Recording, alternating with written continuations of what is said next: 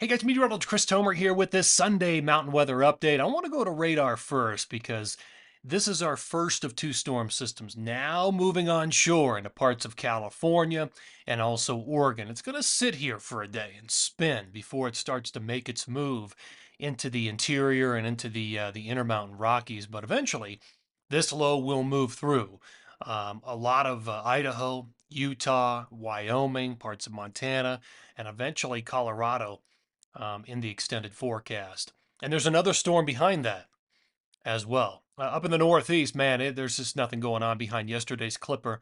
It is quiet for now. So it still looks to me, even this morning, and I talked about this yesterday, that on 3-5, the storm system coming in is going to be really warm.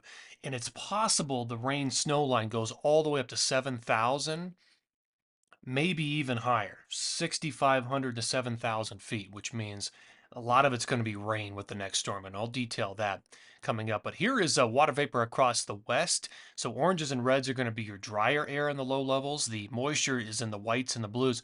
There's our little cutoff low. That helped to kind of break the high down. But this is our storm system moving on shore right now. And then you've got another storm system behind it. The whole flow both of these storms will take similar trajectories into the west coast and then eventually into the interior states. All right, so here are my bullet points this morning. Everything is basically the same. The storm system is here in California today, Oregon 3-2, and then it moves in 3-3, 3-4 through the rest of the West. It does grab some colder air and bring it in because we're going to need it. It is exceptionally warm the last 3 days with this massive ridge of high pressure. And then there's another storm behind it in the extended for 3-5, 3-6, 3-7. That one also takes a similar track. Here's my snow timeline. Best odds of snow for Big Sky, the Wasatch, Tetons, Colorado, interior BC, the Pacific Northwest, Tahoe, and the Northeast. A couple of notes on this as to what I'm seeing with this. I don't have much for Big Sky, Bridger Bowl, Northwest Montana. You're just kind of out of the main flow. In the Wasatch, though, my numbers continue to go up. I've got moderate to heavy accumulation coming in late tonight and throughout the day tomorrow. And then you're probably some of your heaviest snow will come in with the second batch, 3-6 and 3-7. In the Tetons, it's kind of light, maybe moderate 3, late 3, 3-4, and 3-5. And then your heaviest batch may also be with the second storm on 3-6. Colorado, moderate to heavy afternoon 3-3 into 3-4, and then heavy 3-6, 3-7. So really counting on that second storm system. And that's why I pushed some of my numbers up, increase them. Interior BC, a note on this, very light ahead of this. And then your rich flow of moisture comes in 3, 8, 9, and 10, and it could be quite heavy. My numbers have definitely gone up for that. Pacific Northwest, your heaviest snow would come in 3-8, 3-9, 3-10. Tahoe, you've got some moderate snow today, and then moderate 3-5, 3-6, and there's the rain chance for the Northeast on 3-5. Let me just talk briefly about Alta, Utah. So this is the forecast mediagram for Alta, Utah, and this is effective about 9,000 feet.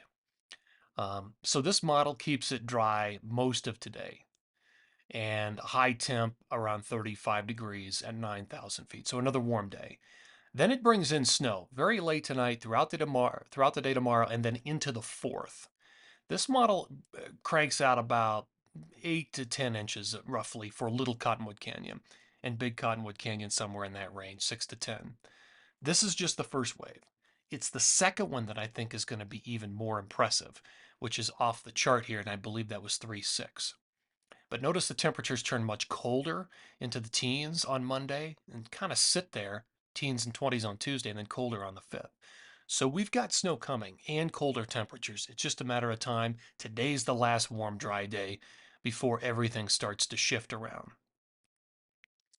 Okay, let me talk about, so that was Alta. Let me do snow accumulation over time. So I'll start this at 11 o'clock today.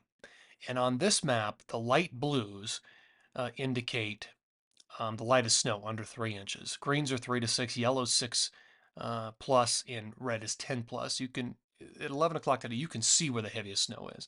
It's in Oregon. It's in California. It's in the Sierra there. And then as we move ahead in time, Starts to move into Nevada, Idaho, Montana, Wyoming, Utah, and also Colorado. This is late on Monday the 3rd right here. And look at that shot of snow. Look at those brighter colors across the Front Range high peaks, and especially the northern mountains of Colorado. There's going to be some snow. And maybe even down into Denver, there might be some light snow, especially in the west and south sides of town, above 6,000 feet. But this would be late on the 3rd. Here's 11 a.m. on the 4th.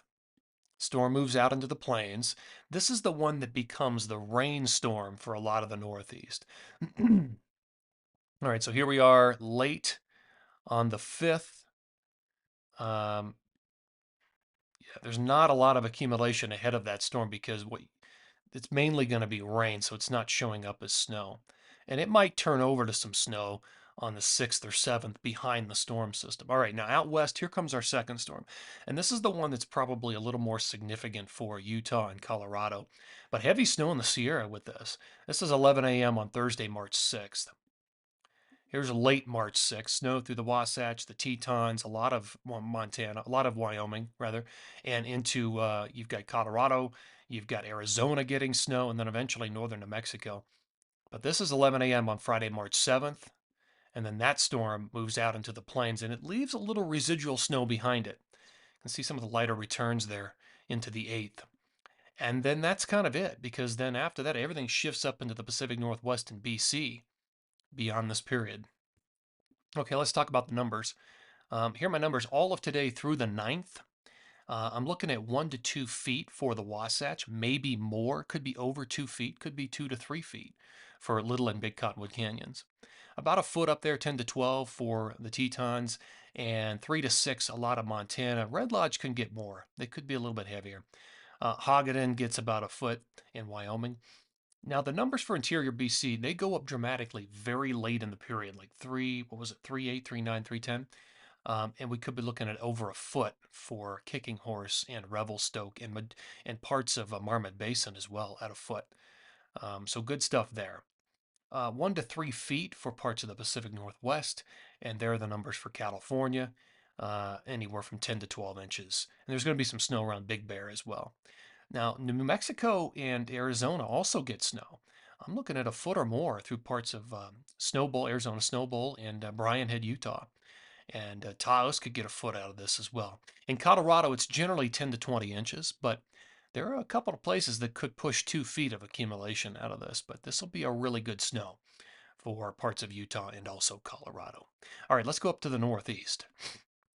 Up in the northeast, again, rain on the 5th cuts down significantly on the accumulation, but 2 to 6 inches for Vermont, New Hampshire, Maine, and a lot of upstate New York. All right, guys, we'll end on the big western map here. We've got good snow coming. We just have to wait a day on it, and then we'll get into a 2-storm system cycle that'll run us until probably 3/7, 3/8. Guys, take care and have a great day. I appreciate you tuning in.